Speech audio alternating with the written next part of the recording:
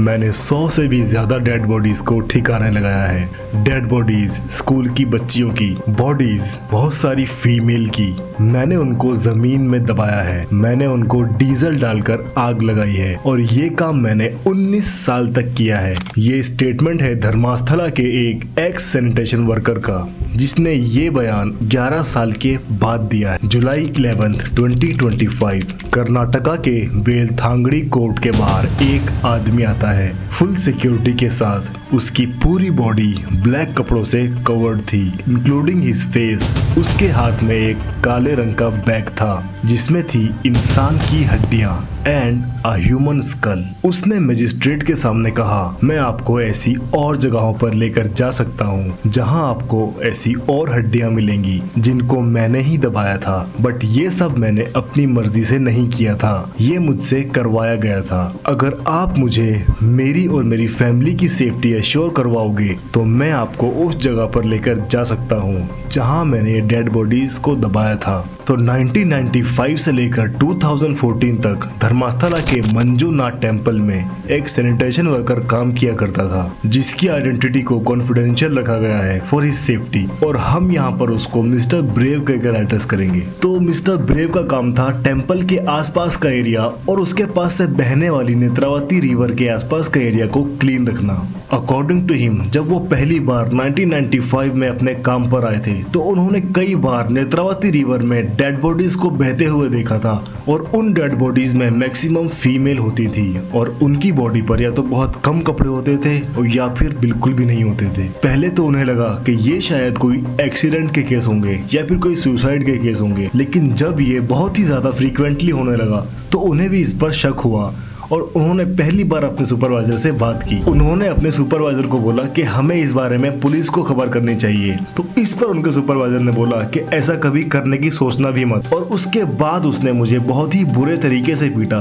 फिर एक बार 1998 में उनके सुपरवाइजर ने उनको नेत्रावती रिवर के आसपास सफाई के लिए बुलाया। जब वो वहाँ पर पहुंचे तो उनको वहाँ पर एक डेड बॉडी मिलती है और उसको उसे ठिकाने लगाना था। जब मिस्टर ब्रेव ने ये काम करने से मना किया तो उनको जान से मारने की धमकी दी गई और बोला गया कि अगर तुम ये काम नहीं करोगे तो तुम्हारे टुकड़े करके यहाँ पर दफना दिया जाएगा। इस धमकी से डरकर वो चुप हो गए और उन्होंने चुपचाप अपना मुंह बंद करके उस बॉडी को दफना दिया, ये सोच करके चलो कम से कम जान तो बच जाएगी। मिस्टर ब्रेव को लगा था कि चलो एक बार ऐसा काम करके पीछा छूट जाएगा, but he was wrong at that time. इस इंसिडेंट के बाद वहां पर बहुत ही ज्यादा फ्रीक्वेंसी में डेड बॉडीज आने लगी और हर बार मिस्टर ब्रेव को ही उनको ठिकाने लगाना होता था। ज्यादातर डेड बॉडीज को नेत्रावती रिवर के आसपास ही दफनाने के लिए बोला जाता था, क्योंकि नदी के पास की जो मिट्टी होती है वो गीली होती है और गीली मिट्टी में डेड बॉडीज जल्दी डिकम्पोज हो जाती है। अगर वो इस काम को करने से मना करते थे तो उनको और उनकी फैमिली को जान का खतरा होता था उन लोगों से। कुछ बॉडीज का फेस एसिड से जला हुआ होता था और उनको उनकी आइडेंटिटी पूरी तरीके से मिटाने के लिए बोला जाता था। ऐसे ही एक बार एक फीमेल जिसका फेस एसिड से जला हुआ था और उसकी बॉडी को न्यूज़पेपर में रैप किया हुआ था, उसको डीजल डालकर जलाने के लिए कहा गया था और उन्होंने ऐसा ही किया। 2010 के एक इंसिडेंट ने मिस्टर ब्रेव को पूरे तरीके से हिलाकर रख दिया था। उनको कलेरी पेट्रोल पंप के पास एक 12 से 15 साल की स्कूल गर्ल को दफनाने के लिए कहा गया था, जिसकी बॉडी पर उसकी यूनिफॉर्म का कुछ हिस्सा था। उसको उसके स्कूल बैग के साथ ही कलेरी पेट्रोल पंप से 500 मीटर दूर दबाने के लिए जबरदस्ती की गई थी। मिस्टर ब्रेव के लिए ये सब करना कितना हॉरिफाइंग रहा होगा। I mean, अपनी विल के अगेंस्ट उन्हें ऐसा काम करना था, बट उनको इतना ज्यादा डराया और धमकाया गया था कि उनके पास ये काम करने के अलावा कोई दूसरा रास्ता नहीं था और वो बस किसी तरह से सब कुछ बर्दाश्त करके हिम्मत जुटा के ये काम कर रहे थे। But in 2014 he lost all his patience, क्योंकि तब कुछ ऐसा हुआ था जिसके बारे में वो कभी सोच भी नहीं सकते थे।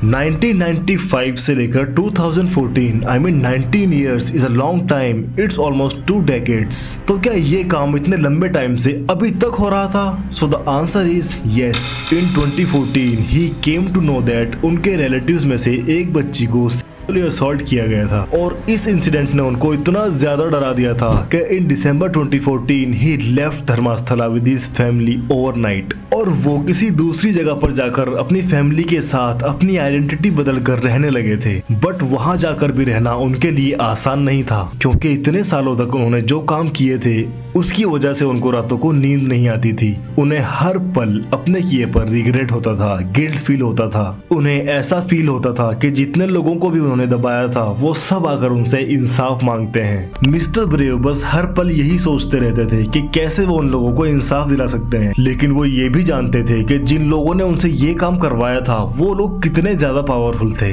उनके खिलाफ आवाज उठाना खुद को मौत के मुंह में ढकेलने जैसा था। But in 2025 he finally came back to Dharmasthala. वो सबसे पहले उन साइट्स में से जहां पर उन्होंने बॉडीज को दफनाया था उनमें से एक जगह पर गए और उन्होंने वहां से कुछ ह्यूमन बोन्स और एक स्कल निकाल लिया। उन्होंने उनकी फोटो खींची और उन सब चीजों को लेकर सीधे एक लॉयर के पास गए क्योंकि जिन लोगों के खिलाफ उनको कंप्लेंट करनी थी वो धर्मास्थला के मंजुनाथ टेम्पल के एडमिनिस्ट्रेशन से जुड़े हुए लोग थे एंड दे वर पावरफुल। और अगर वो डायरेक्ट पुलिस स्टेशन जाते तो उनकी जान को ज्यादा खतरा हो सकता था। उन्होंने सारे प्रूफ्स के साथ 3 जुलाई को एक रिटर्न कंप्लेंट फाइल की। ये कंप्लेंट सुपरिटेंडेंट ऑफ पुलिस दक्षिणा कन्नड़ा डिस्ट्रिक्ट एडमिनिस्ट्रेशन ऑफिस में की गई थी। 4 जुलाई को उन्होंने धर्मास्थला पुलिस स्टेशन में एक FIR रजिस्टर करवाई थी under section 211A of BNSS।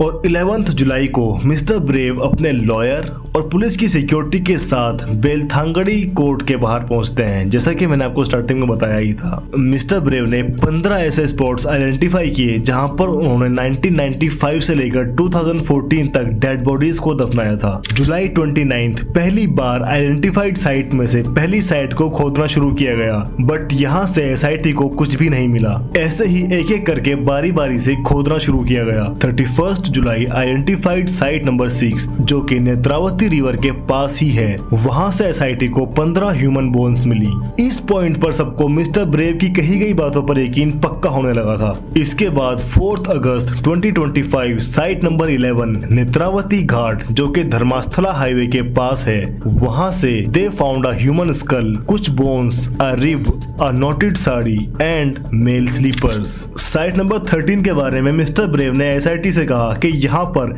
इस पर्टिकुलर साइट पर आपको कम से कम 20 फुट गहरा गड्ढा खोदना पड़ेगा क्योंकि इस जगह पर काफी सारी बॉडीज को लाइन से दफनाया गया था। I mean, which kind of genocide was going on at that place? I can't even imagine. इन सारे इंसिडेंट्स के बाद जब से मिस्टर ब्रेव सामने आए थे और एग्जीमेशन प्रोसेस में जो भी चीजें सामने आई थी उनको देखकर जितनी भी लड़कियां पिछले 20 साल में धर्मास्थला या फिर उसके आसपास के रीजन से गायब हुई थी, उन सब के लिंक्स भी लोग इसी केस से जोड़कर देखने लगे क्योंकि बहुत सारे केसेस ऐसे हैं जिन पर अभी तक पुलिस का कोई भी क्लोजर नहीं आया है। इनमें से एक केस जो बहुत ज्यादा लाइमलाइट में आया था वो था सौजन्या केस। 17 साल की सौजन्या जो श्री धर्मास्थला मंजुनाथेश्वरा कॉलेज की स्टूडेंट थी। अकॉर्डिंग टू हर पेरेंट्स वो 9 अक्टूबर 2012 को कॉलेज तो गई थी बट वो कभी वापस नहीं आई। उन्हें सौजन्या की बॉडी नेक्स्ट डे मिली। उसके कपड़े फटे हुए थे, उसके अंडरगारमेंट्स मिसिंग थे। इस केस में संतोष राव नाम के एक आदमी को अरेस्ट किया गया था बट 2023 में उसको कोई एविडेंस ना मिलने के चलते छोड़ दिया गया था। इस केस को बहुत ज्यादा मिस हैंडल किया गया था और आज तक भी इस केस में कोई कन्विक्ट नहीं किया गया है। एक young medical student Ananya Bhatt 2003 में धर्मास्थला आने के बाद गायब हो गई थी। उसकी मॉम सुजाता भट्ट ने उसकी फोटो कुछ लोकल्स को दिखाई थी कि कहीं किसी ने उसको देखा हो और कुछ लोगों ने उनको ये बताया था कि उन्होंने अनन्या को धर्मास्थला एडमिनिस्ट्रेशन के कुछ लोगों के साथ देखा था। जब पुलिस को उन्होंने ये बात बताई तो पुलिस ने उनकी बात पे ज्यादा ध्यान नहीं दिया था और उसके बाद उन्हें 3 लोगों ने पकड़ लिया था और उनको मारा पीटा। वो बेहोश हो गई थी, मोस्ट लाइकली वो कोमा में चली गई थी और उनको 3 महीने बाद होश आया था और उसके बाद से लेकर अब तक उनको कोई इंसाफ नहीं मिला है। और अब मिस्टर ब्रेव के सामने आने के बाद सुजाता जी को भी हिम्मत मिली है और अब वो एक बार फिर से सामने आई हैं। उनको लगता है कि वो केस भी धर्मास्थला मास बरियल केस से जुड़ा हुआ है। वो बस ये चाहती हैं कि उनको उनकी बेटी के रिमेन्स मिल जाएं ताकि वो अपनी बेटी के लास्ट राइट्स पूरे कर सकें। और ये सच है कि इस केस में और इस जैसे और केसेस में भी पिछले कई सालों में धर्मास्थला में बहुत ज्यादा लापरवाही देखने को मिली है और किसी भी विक्टिम को कोई इंसाफ नहीं मिला है। जिनको नहीं पता, धर्मास्थला मंजुनाथ टेम्पल का एडमिनिस्ट्रेशन के अंडर में आता है और उन्हीं की फैमिली एडमिनिस्ट्रेशन संभालती है and they are very powerful people. Mister brave बस उन सब लोगों को इंसाफ दिलाना चाहते हैं जिन सब को उन्होंने इतने सालों में दबाया या फिर जलाया है। इसलिए उन्होंने परपेट्रेटर्स के नेम्स और सारे एविडेंस एक एनवलप में करके सुप्रीम कोर्ट के एक वकील को दे दिए हैं ताकि अगर कल को उन्हें कुछ हो भी जाता है तो भी उन सारे लोगों को सजा मिलकर रहे, तभी उन लोगों की आत्मा को शांति मिलेगी और मिस्टर ब्रेव का गिल्ट दूर होगा। आप लोगों को क्या लगता है कि इस केस में आगे क्या होगा? क्या वो सैनिटेशन वर्कर जो सामने आया है उसको भी इस केस में सजा मिलेगी या फिर मिलनी चाहिए, क्योंकि वो भी उन सारे बरियल्स में उन लोगों के साथ बराबर शामिल था? और क्या जिनके खिलाफ ये लड़ाई है उनको फाइनली सजा मिलेगी या फिर कुछ टाइम बाद ऐसे ही इस केस को दबा दिया जाएगा? But I can say this is the rarest of the rare case in Indian history. I hope you all are living happily with your family. Take care because life is precious.